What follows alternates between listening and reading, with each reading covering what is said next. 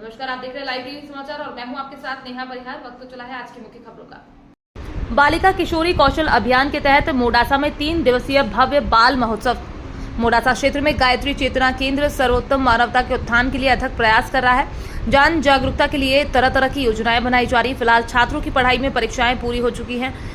कक्षा 5वीं से 9वीं तक के बच्चों के लिए 25 से 27 अप्रैल तक 3 दिवसीय बाल उत्सव विशेष शिविर का आयोजन किया गया, जिसमें हर दिन बच्चों की रुचि के लिए अलग अलग गतिविधियों की योजना बनाई जाती है। आज 25 अप्रैल को बाल महोत्सव का उद्घाटन मुख्य अतिथि रहे चाणक्य विद्यालय के प्राचार्य अमृत भाई पटेल द्वारा दीप प्रज्वलन के साथ शुरू हुआ। इस संबंध में गायत्री परिवार के अरावली जिला संयोजक हरेश भाई कंसारा ने आशीर्वाद भाषण में मार्गदर्शन देते हुए कहा कि बच्चों का पालन पोषण उनके माता पिता द्वारा ही किया जाना चाहिए। विद्यालय में गुरु शिक्षकों द्वारा शिक्षा के अलावा बच्चों को अपने माता पिता के सच्ची संतान बनाना चाहिए।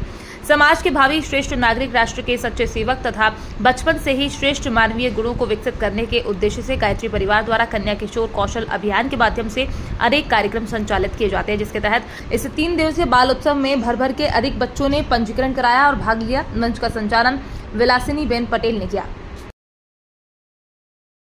धन संपत्ति देवी ये આપણે તમે કહો તો કે સદાને માટે આપણે રહેશે, કેમ કે ધન સંપત્તિની દેવી એટલે કોણ? બાળકો, હા, લક્ષ્મી દેવી, લક્ષ્મી માતા. કેમ? પૈસા હોય તો બધું મળી જાય એટલે આને એ પસંદગી કરી. પછી બાળકે પોતાના સંતાનને પૂછ્યું, બાળક હતો એ ભણતો હતો એટલે બાળકે એમ વિચાર્યું કે હું નાનો છું એટલે મારે પૈસાની તો જરૂર પડે। खबरों में फिलहाल इतना ही। बने रहिए लाइव टीवी समाचार के साथ। नमस्कार।